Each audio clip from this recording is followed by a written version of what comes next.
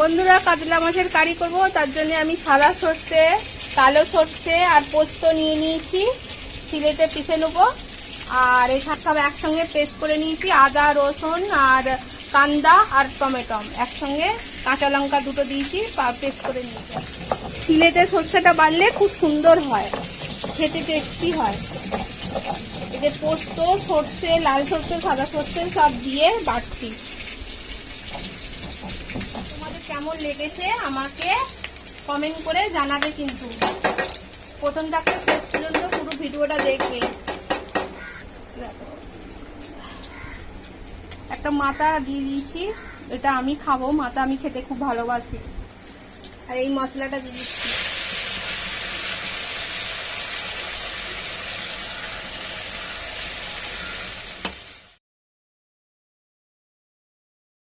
তীখা মির্চি দিচ্ছি,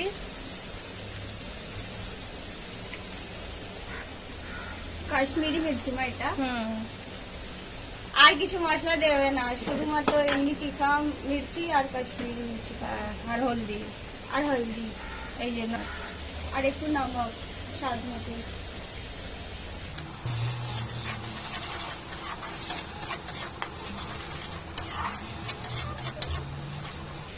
ও মশলাটা রংটা কি দারুণ লাগছে না মাম্মা?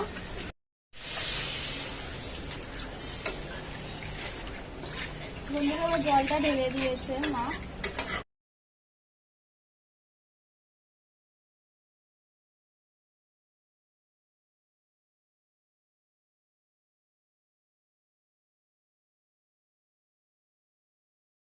দেখো কি লাল লাল হয়েছে মাছের ঝালটা, কাতলা মাছের ঝাল, এর মধ্যে আবার দেবে মা সর্ষে বাটা আর ধনে বাটা, দারুণ লাগবে ব্যাপারটা।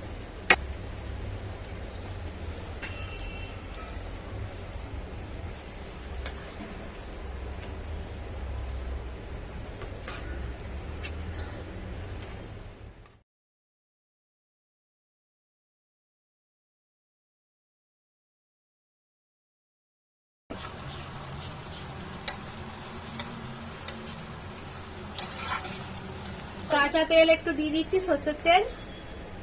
দেখো বন্ধুরা,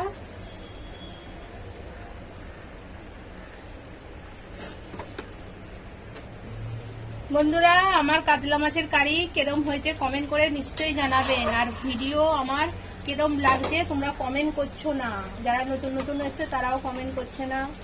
আমার কমেন্ট করবেন বন্ধুরা, বাংলাতে কমেন্ট করবেন, আমি পড়ে নেবো।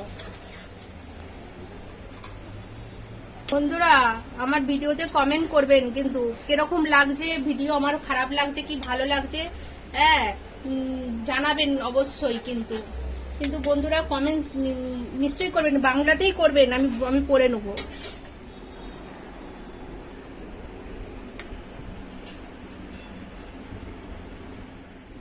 দেখো বন্ধুরা, মাছের চাকাগুলো একটু ভেঙেও দেখাচ্ছি আপনাদেরকে, কতটা সুন্দর মানে হয়েছে ভেতরটা, খুব গরম।